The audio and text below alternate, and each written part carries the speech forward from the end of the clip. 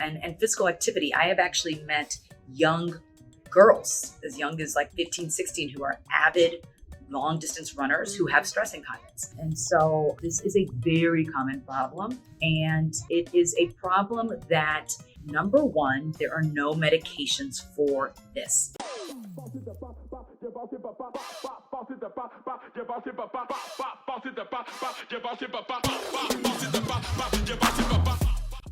Hi everyone, I'm Dr. SAMEENA, GYNOGIRL. I am so excited today to share the space today with Dr. Milhouse, your favorite urologist. Yay! Yay! I'm happy to be here with Dr. RAHMAN.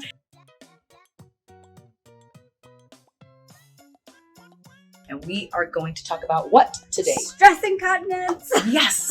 I'm actually here in her beautiful new office. I'm so excited. I've been waiting a year to see her. I was like, when you open your new office, I'll be your first patient. Yes. I'm not her first patient, but maybe her first Bulkamid patient here at this location. Yes. So we're going to talk about that. But correct. Yeah. And this is my office. I thank you so much because you really encouraged me. You being a practice owner yourself for almost a decade is goals. And so I've been open for 3 months now. So definitely somebody to look up to. And I can't wait to get into the stress incontinence discussion. Oh, absolutely.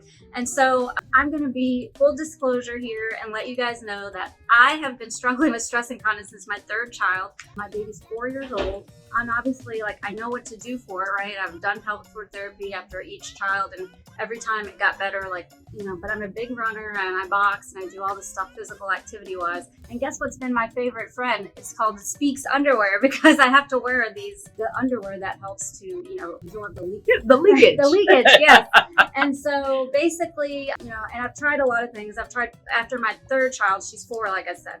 So the first year or so, I did physical therapy. I did at-home devices. I have a lot of reps come to me saying that radio frequency, different devices work for incontinence. And I was like, okay, let me do it on myself. And if it works for me, I'll get your device, which none of them have worked for me. So I don't have those devices in my office. But I've tried many minimally invasive in-office procedures, and we know that the gold standard is the sling, but I'm gonna let Dr. Milhouse tell you about that. Yeah. But I am very interested in a procedure called Bulkamid because I don't have the downtime to do the other procedure right now. Yeah. So I'm gonna turn it over to Dr. Milhouse. Thank you.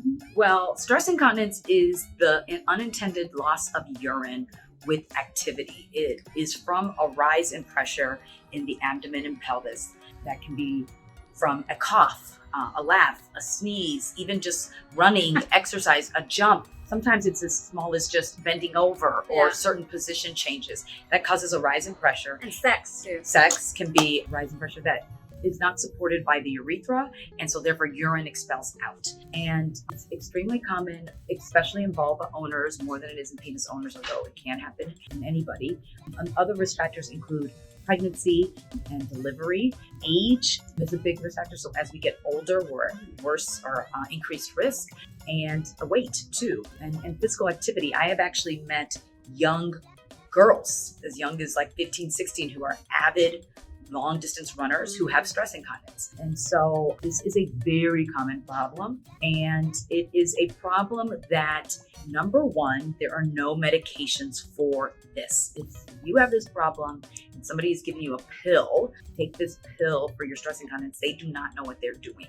There is no medications for this. That is for the other type of incontinence, and that's a different video. Urge incontinence, where you can't hold it. Gotta go. Correct. Yeah. This is not that. So what are the options for stress incontinence? Well, like my colleague has said, you can try physical therapy, Kegel exercises that can try to strengthen the pelvic floor muscles to recruit them to provide that hammock-like support under the urethra against that rise in pressure. Pelvic floor therapy, I love my pelvic floor therapist. It doesn't work for everybody. That's okay. And I have to say it worked for me after my first 2 pregnancies. And my babies weren't that big. They're no more than 6 pounds. And, I didn't tear hugely. I had all vaginal deliveries.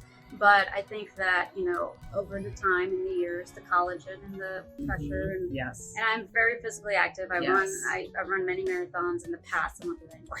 That'll do it. But I can't. I always say I can't do a jumping jack to save my life, like, or jump rope, like. Because you'll leak. I'll leak. Yeah. Gotcha. Yeah. Yep. So yeah, a lot of factors there. You have the babies, you're getting older, you are very active, you run a ton, lots of factors there. So what beyond physical therapy? Well, there are things we can stick in the vagina that kind of support the urethra like a speed bump. So there's something called an incontinence pessary, which is essentially this medical grade plastic silicone coated device that acts as a speed bump underneath the urethra. We put it in the vagina in the office, usually the shape of like a ring with this knob on it. And if it fits, ideally it fits comfortably, but you have to take it out periodically. You have to clean it, replace it. So maintenance is involved.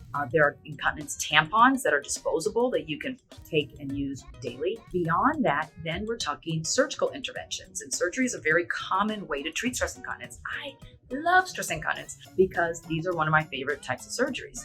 And I basically break it down into three options. These are the three options that are like used probably 99% of the time in the United States. There's some older, outdated procedures that we really don't do. I'm not going to talk about that. But the most common procedure, and considered the gold standard, is a transvaginal midurethral sling. What the hell is that? That is a little tape of mesh that is placed under the urethra to support the urethra. This is done through the vagina, hence transvaginal. So it's a vaginal incision, and then this mesh is placed to support it like a hammock. Mesh has gotten a bad rap, but I will say this, transvaginal mesh is absolutely accepted and generally a low-risk procedure, and this is from the OGS, the Association of Urogynecologists Society, and SUFU, Society for, I always forget this because it's changed, like urodynamics, female pelvic reconstruction, and urogenital reconstruction, something like that. I should know because I'm like very involved in it, but it's so many words. Anyway,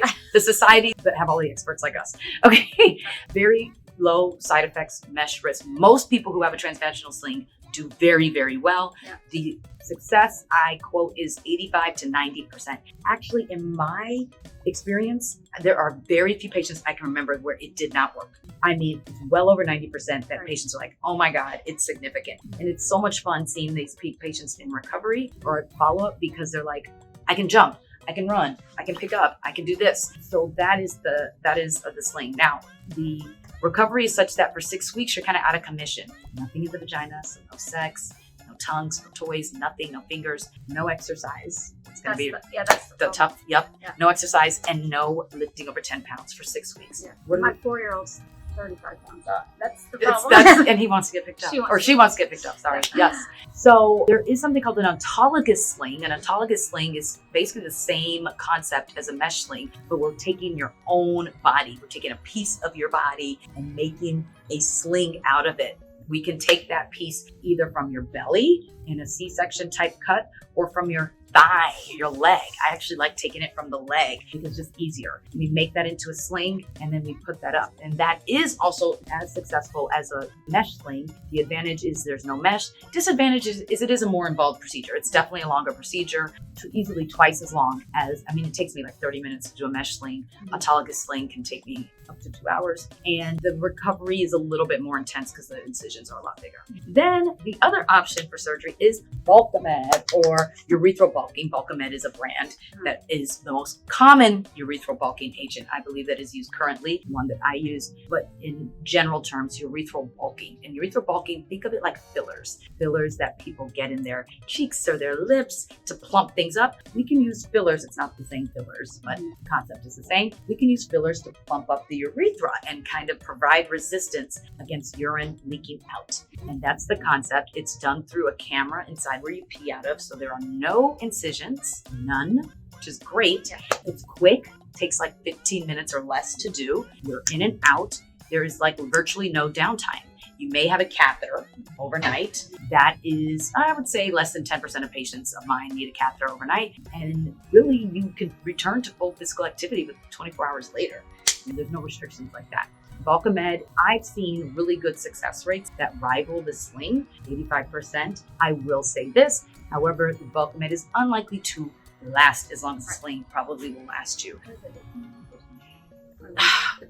So about 50%. And this was not looking at Bulkamid specifically. This was looking at just general Collagen fillers. fillers. Yeah. At 1 year, about 40 something percent of patients had started to recur.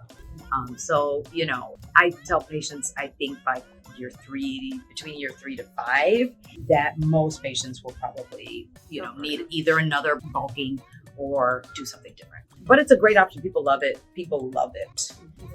Yeah. Because I was telling a few years, like last time we spoke, was that you know, the first 2 years that I, you know, would suffer, like I'd go running and I'd have the underwear and it would smell like, but oh, it's my daughter. But now she's totally potty trained, so I You can't blamed even blame your daughter. I was like, oh no, that's someone. My husband was like, oh, what's that urine You're smell? like, I'm like, oh, soil. That's But now I great. can't blame her because she's Because totally she's potty potty trained. trained. You can still blame her. Like, who knows? Okay. You just have to tell her to go along with it. Yeah. So that's you, right? But now she's getting fixed, okay, because you don't have to do that. You can get fixed, and I'm here to do it, so I'm super excited. I'm so excited. Yes. We always talk about self-care, right? And I tell my patients this all the time. Like, you have to get out, you have to take care of yourself. If you don't take care of yourself, you can't take care of anyone else. And today I'm actually going to live this advice, and I'm going to start taking care of myself health-wise, because we have to. And, you know, it's a quality of life issue, right? I mean, stress incontinence isn't killing me, but it doesn't make me feel good. And, you know, I'd like to be able to, like, I box twice a week. I'd like to be able to jump rope and stuff, and I can't, because I'm always like, you don't want me jumping rope, coach. Yeah. I can't wait till you get back on that jump rope. Yes. So, you know, quality of life matters. We all know that. I mean, she and I both treat things that do not kill women usually, but they will affect their quality of life, their sexual function, their urologic function, hormones and therapy related to that, you know, so you have to do it, and you have to know what your options are, and that's the whole point why I have full disclosure of what's going on, because I really want you guys to know what options are. And you can come see Dr. Milhouse in her new office for these procedures, so I'm very excited about this, and I will keep you guys posted on my success and my journey. How cool. Okay. Well, this has been fun. Let's get to Let's examine. go. Yay. All right, guys. See you later. Bye. Bye. Yes. All right, let's go. Good. Let's go. Okay, perfect. So as we discussed, we're gonna do the Bulkamid, urethral bulking. Yeah. You might need a catheter afterwards. It's the biggest Hopefully thing. not. Small risk, but it's temporary if you do. Okay. You may see blood when you pee. You may have a little bit of irritation when you pee. I don't really prescribe painkillers like that. I'll prescribe maybe some peridium. Can help with like bladder or urethral pain. Any questions? No, I'm ready. Yeah. Perfect. It'll be quick. It'll be just put under sedation, not completely out. It'll be super quick. Yep. Awesome. Yay! I'm so excited. Yep. I can't wait. Perfect.